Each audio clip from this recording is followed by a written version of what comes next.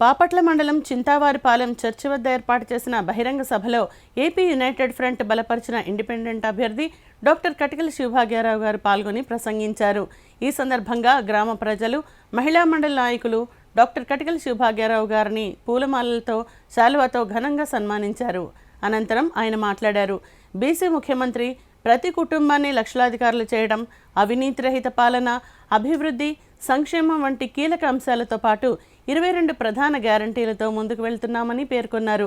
చింతావారిపాలెంలో అందరూ తమ అమూల్యమైన ఓటును విజిల్ గుర్తుకు వేసి అఖండ మెజారిటీతో గెలిపించాలని కోరారు. ప్రధాన కూడలిలో కూరగాయలు అమ్ముతున్న మహిళతో ఆయన సాధకబాధకాలను అడిగి తెలుసుకున్నారు. కార్యక్రమంలో కటికల రవికుమార్, బి రాజేశ్వరరావు, మల్లేపల్లి రఘునాథ్, రాజుబాబు, చింతా వెస్లీ, నక్క దేవరాజ్, చింతా సురేష్, మరియమ్మ, నాగేంద్రమ్మ, ఏసమ్మ, కటికల మోషే, టి ప్రతాప్ కుమార్, వంశీ, అశోక్ కుమార్, గ్రామ పెద్దలు, మహిళలు పాల్గొన్నారు.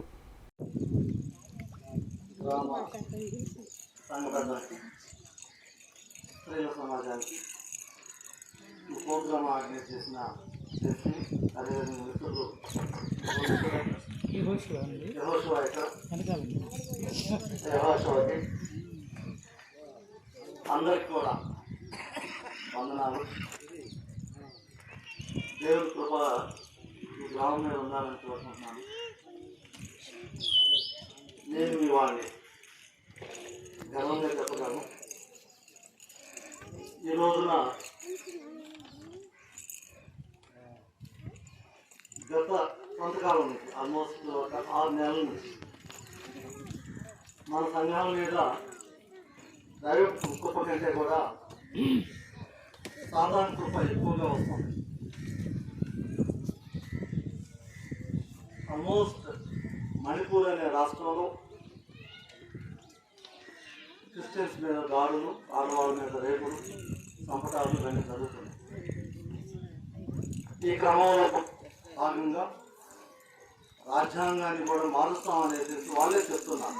రాజ్యాంగం మారిస్తే మన హక్కులు ఎక్కడ ఉంటాయి. డాక్టర్ బిఆర్ అంబేద్కర్ గారు మనకు కొన్ని హక్కులు ఇచ్చారు. బతకడానికి హక్కులు ఇచ్చారు, ఇక్కడ నిలబడటానికి హక్కులు ఇచ్చారు, నేను మాట్లాడటానికి హక్కులు ఇచ్చారు, పని చేసుకోవటానికి హక్కులు ఇచ్చారు, లేకపోతే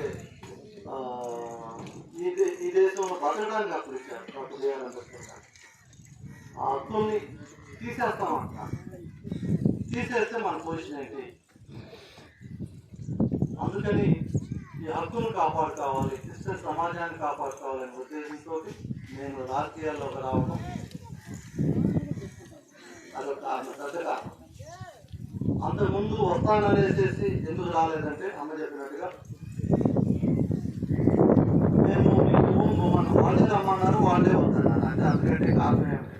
వాళ్ళే నేను ఉద్యోగం చేసుకుంటుంటే ఇంకొక 8 సంవత్సరాలు సర్వీస్ ఉన్నప్పటికి కూడా రమ్మన్నారు. సరే రమ్మన్నారు కాబట్టి వచ్చాను, పొమ్మన్నారు. మళ్ళీ ఉద్యోగానికి వెళ్ళలేదు. ఉద్యోగానికి వెళ్ళకుండా నాకు తోసింది, నా దగ్గర ఎంతైతే ఉందో అంతలో నా జాతికి సహాయం చేయాలనే ఉద్దేశంతో అప్పటి నుంచి కూడా చేసుకుంటూనే వస్తున్నాను. కానీ ఎప్పుడు కూడా మళ్ళీ ఉద్యోగానికి వెళ్ళలేదు.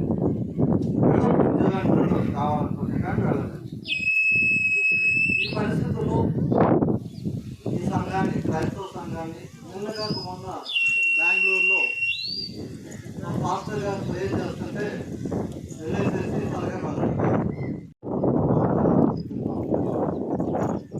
ఎవరో గెలిపించి ఇక్కడ 60,000 మంది ఉన్నామా? క్రిస్టియన్ సమాజం 60,000 మంది ఉన్నారు, బ్రాహ్మణ సమాజం 3,000 మంది ఉన్నారు, రాజుల సమాజం 5,000 మంది ఉన్నారు. ఇంతమంది నుండి మనం తక్కువ జనాభా ఉన్న వాళ్ళకి ఓటు చేసుకుని గెలిపించుకున్న తర్వాత వాళ్ళ ఇంటికి వెళ్ళేసేసి చేతులు కట్టుకుని ఎప్పుడన్నా గెలిచిన తర్వాత ఎప్పుడన్నా వాళ్ళ ఇంటి మీద వెళ్ళారా? లేకపోతే మీ ఇంటి వాళ్ళు వచ్చారా? మన పొజిషన్ అది. మన అభివృద్ధి ఎవరు కోరుకోరు, మన ఓట్లు మాత్రం కోరుకుంటారు. 5,000 రూపాయలు 10,000 రూపాయలు వాళ్ళు ఇస్తే మన ప్రాణాలు ఇవ్వడానికి సిద్ధంగా ఉన్నామా? 5,000 ఇచ్చి 10,000 ఇచ్చేసి ఓట్లు కొనడానికి వస్తున్నారు. మన ప్రాణాలు అంటే క్రిస్టియన్ సమాజాన్ని, క్రైస్తవుని అమ్ముకోవడానికి మనం సిద్ధంగా ఉన్నామా? అది మనం తెలుసుకోవాల్సిన విషయం. మనం కనుక గట్టిగా నిలబడితే ఈ అసెంబ్లీ నుంచే మొదలు పెడదాం. మనం మన జాతి కోసం, మన క్రైస్తవ కోసం, క్రిస్టియానిటీ కోసం నిలబడాలని ఒక నిర్ణయం తీసుకోగలిగితే తప్పనిసరిగా రాబోయే కాలంలో ఆ బాపట్ల అసెంబ్లీ నుంచి క్రిస్టియన్ సమాజాన్ని రక్షించుకునే విధంగా వెళ్తాం. లేదు మనం బానిసలుగానే ఉందాము, వాళ్ళు ఏదో ఒక 5,000 ఇస్తారు, తల్లినా పడదాం, తప్పినా పడదాం, తప్పినా కూడా పర్వాలేదు, వాళ్ళు డబ్బులు ఇచ్చే కెపాసిటీ ఏంటంటే ఆంధ్రలో మన డబ్బే, మన దగ్గర కాజేసిన డబ్బే లక్షల కోట్ల రూపాయల్లో మనం ట్యాక్సులు కడతాం. మీరు కూడా ట్యాక్సులు కడుతున్నారు. ఆ ట్యాక్సుల్లో వచ్చింది ఆ ట్యాక్స్ నుంచి వచ్చిన డబ్బుని వాళ్ళు కాజేసేసి మనకి ఇస్తున్నారు. సొంత డబ్బు ఎవరైనా ఇస్తారా? ఏ రాజకీయ నాయకుడైనా సొంత డబ్బు ఎప్పుడైనా ఎక్కడైనా ఇచ్చిన సందర్భాలు ఉన్నాయంటే ఎక్కడ లేదు. ఇంకా కొద్ది గొప్ప చెప్పాలంటే నేను 5 సంవత్సరాల నుంచి దేవుడు చెప్పినట్టుగా, అంబేద్కర్ చెప్పినట్టుగా నాకు వచ్చిన జీతంలో 20% 20 సంవత్సరాల నుంచి ఖర్చు పెడతాను. జాతి బాగుండాలి. ఏ నాయకుడు కూడా వాళ్ళ సొంత డబ్బు ఎప్పుడు ఇవ్వలేదు, మన డబ్బే మనకి ఇస్తున్నారు. ఇంకా చెప్పాలంటే పార్లమెంట్లో మొన్న చంపినప్పుడు, ఆడవాళ్ళని రేప్ చేసేసి చంపినప్పుడు పార్లమెంట్లో వైసీపీ వాళ్ళు, తెలుగుదేశం వాళ్ళు ఇద్దరు కూడా చంపినా తప్పు లేదనేసి పార్లమెంట్ ఢిల్లీలో సంతకాలు పెట్టేసి, ఇది మన పరిస్థితి. అవిశ్వాస తీర్మానం పెడితే మణిపూర్లో ఇట్లా చంపుతున్నారు తప్పు అని చెప్తే చంపినా తప్పు లేదనేసేసి వైసీపీ ఎంపీలు, తెలుగుదేశం ఎంపీలు పోటీగా సంతకాలు పెట్టేశారు. అంటే ఇక్కడేమో మనం నటిస్తున్నారు, మేము క్రిస్టియన్స్ అంటున్నారు, మేము కూడా ఎస్సీలు బాగా చూసుకుంటాము, బీసీలు బాగా చూసుకుంటాము అంటున్నారు. అక్కడికి వెళ్ళి మాత్రం సంతకాలు పెడుతున్నారు. మరి రేపు కూడా డబ్బులు ఇస్తారు, మనకి ఓట్లు వేసుకుంటారు, మళ్ళీ అక్కడికి చంపినా తప్పు లేదని మళ్ళీ సంతకాలు పెడతారు. అది ఇష్టమైతే ఓట్లు వేయండి, లేదు మనం రక్షించుకోవాలి, క్రిస్టియానిటీని రక్షించుకోవాలి, మన దేవుడిని చూసుకోవాలనుకుంటే మాత్రం నేను 5 సంవత్సరాల నుంచి ఎంతో కొంత నాకు తోచింది సహాయం చేస్తున్నాను. నా మీద నమ్మకం ఉంటే ఓటేయండి. లేదు అయ్యా మీకంటే మంచి వాళ్ళు ఉన్నారు, ఆ 2 పార్టీలు కాకుండా మీకంటే మంచి వాళ్ళు ఉన్నారంటే వాళ్ళకి నాకేం అభ్యంతరం లేదు. 5,000 10,000 తీసుకుని వాళ్ళకి ఓటేసి మనం సంపించుకోవడానిక? మన వాల్యూ అంతేనా? 5,000 రూపాయలేనా? మన జీవితం వాల్యూ 5,000 రూపాయలు, 10,000 రూపాయలేనా? మనం కష్టపడి సంపాదించుకుంటే కనీసం ఒక వారం 10 రోజుల్లో 5,000 రూపాయలు కాదు 20,000 రూపాయలు సంపాదించుకుంటాం. అందుకని ఆలోచించండి, తల్లులందరూ కూడా, పిల్లలు కానీ తల్లులు కానీ ఆలోచించండి. మన జీవితాలను మనమే కాపాడుకోవాలి. సో ఈ పరిస్థితుల్లో ఉన్నాం కాబట్టి నేను ఇక్కడ నిలబడ్డాను కాబట్టి సో తప్పనిసరిగా మీ అమూల్యమైన ఓటుని వేసి గెలిపించాలని కోరుకుంటున్నాను. అదే లేదు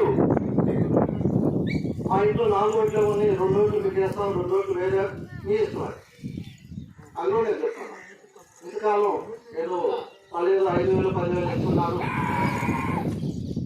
ఇవ్వటం తప్పు, తీసుకోవడం కూడా తప్పే. 5,000 రోజులు రోజుకి 500 రూపాయలు చొప్పున 5 సంవత్సరాలు 9 లక్షల రూపాయలు అడగొచ్చు కదా.